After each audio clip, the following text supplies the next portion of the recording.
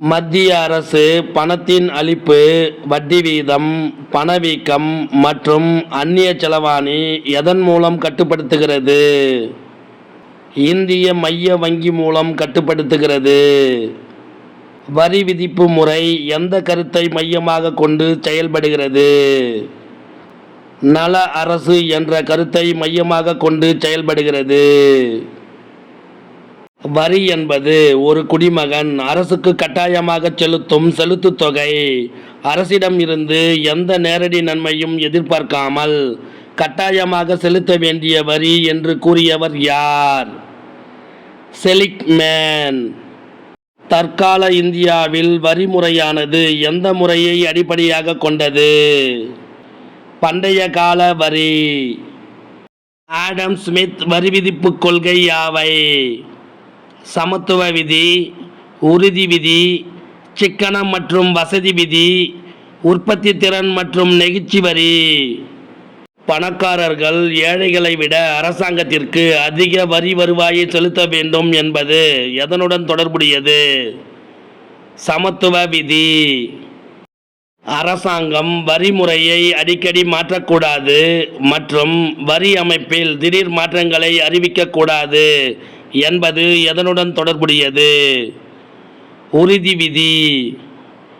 வரி எளிமையாக இருந்தால் வரி வசூலிக்க செலவு மிக குறைவாக இருக்கும் என்பது எதனுடன் தொடர்புடையது? சிக்கன விதி. ஒரு நபருக்கு வரி செலுத்த போதுமான பணம் கிடைக்கும் நேரத்தில் வரி வசூலிக்கப்பட வேண்டும் என்பது எதனுடன் தொடர்புடையது? வசதி விதி. நிறைய வரிகளுக்கு பதிலாக அதிக வருவாயை பெறக்கூடிய சில வரிகளை தேர்வு செய்ய வேண்டும் என்பது எதனுடன் தொடர்புடையது? உற்பத்தி திறன் மற்றும் நெகிழ்ச்சி வரி.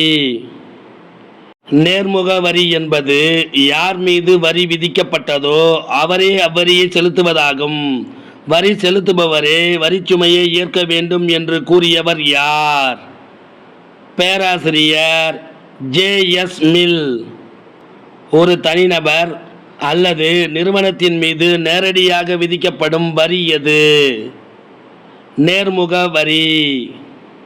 இந்தியாவில் விதிக்கப்படுகின்ற நேர்முக வரியில் மிக முக்கியமான வரி எது? வருமான வரி. இந்தியாவில் தனிநபர்களின் மேல் விதிக்கப்படுகின்ற பொதுவான மற்றும் மிக முக்கியமான வரி எது? விற்பனை வரி. விற்பனையை விட உற்பத்தியின் இயக்கத்தில் உள்ள எந்த ஒரு உற்பத்தி பொருளின் மீது விதிக்கப்படும் வரி எது? கலால் வரி. பண மோசடி சட்டம் எந்த ஆண்டு இயற்றப்பட்டது? 2002. அரசாங்க ஆவணங்கள் மீது விதிக்கப்படுகின்ற வரி எது? முத்திரைத்தாள் வரி. ஒரே நாடு ஒரே மாதிரியான வரி என்பதை எந்த வரி உறுதிப்படுத்துகிறது? சரக்கு மற்றும் சேவை வரி. இந்தியாவில் முதலாக வருமான வரியை அறிமுகப்படுத்தியவர் யார்? Sir James Wilson. இவர் 1860 இந்தியாவில் வருமான வரியை அறிமுகப்படுத்தினார். சரக்கு மற்றும் சேவை வரியில் உயர்ந்த வரி விகிதம் எது? 28%. நுகர்வோர் பண்டங்கள் அல்லது பணிகளை வாங்கும்போது விதிக்கப்படும் வரி எது? சரக்கு மற்றும் சேவை வரி, அதாவது ஜிஎஸ்டி. ஒரு நிலையான அளவில் பண்டங்கள் மற்றும் பணிகளுக்கு விதிக்கப்படும் வரி எது? விகித வரி விதிப்பு. இந்தியாவின் முக்கிய மறைமுக வரிகள் எவை? சுங்கவரி, சரக்கு மற்றும் சேவை வரி. பணிகளை பயன்படுத்துவதற்காக செலுத்துவது என்ன? கட்டணம். சுத்தமான பண செயல்பாடு எந்த ஆண்டு தொடங்கப்பட்டது? 2017 ஜனவரி 31. இந்தியாவில் உள்ள 3 நிலையான அரசுகள் எவை? மைய அரசு, மாநில அரசு, உள்ளாட்சி. பண்டங்கள் மற்றும் பணிகள் வரியில் விலக்கு அளிக்கப்பட்டவை எது? காய்கறிகள், தானியங்கள். ஜிஎஸ்டி வரி இந்திய பாராளுமன்றத்தில் நிறைவேற்றப்பட்ட நாள் எது? 2017 மார்ச் 29. ஜிஎஸ்டி வரி நடைமுறைக்கு வந்த நாள் எது? 2017 ஜூலை 1. ஜிஎஸ்டி வரியின் குறிக்கோள் என்ன? ஒரு நாடு, ஒரு அங்காடி, ஒரு வரி. வரி என்ற வார்த்தை எந்த சொல்லிலிருந்து பெறப்பட்டது? வரி விதிப்பு என்ற சொல்லிலிருந்து பெறப்பட்டது. 1954ஆம் ஆண்டு முதலில் பண்டங்கள் மற்றும் பணிகள் வரியை அமல்படுத்திய நாடு எது?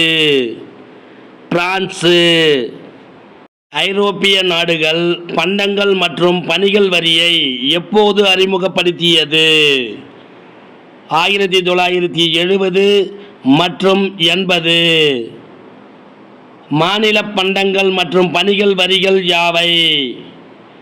மதிப்பு கூட்டு வரி, விற்பனை வரி, கொள்முதல் வரி, பொழுதுபோக்கு வரி, ஆடம்பர வரி, பரிசு சீட்டு வரி, மாநில கூடுதல் கட்டணம் மற்றும் வரிகள். மத்திய பண்டங்கள் மற்றும் பணிகள் வரிகள் யாவை? மத்திய சுங்க வரி, சேவை வரி, ஈடுசெய் வரி, கூடுதல் ஆயத்தீர்வை, கூடுதல் கட்டணம், கல்வி கட்டணம். முக்கிய குறிப்பு: கல்வி கட்டணம் என்பது இடைநிலை மேல்நிலை கல்வி வரி ஆகும். வருமானம் அதிகரிக்கும் போது வரியும் அதிகரிக்கும்.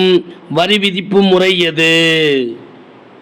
வளர்வீத வரி விதிப்பு முறை. வருமானத்தின் அளவை பொருட்படுத்தாமல் வரி விதிப்பு விகிதம் ஒரே மாதிரியாக வரி விதிப்பு விதிக்கும் முறை எது?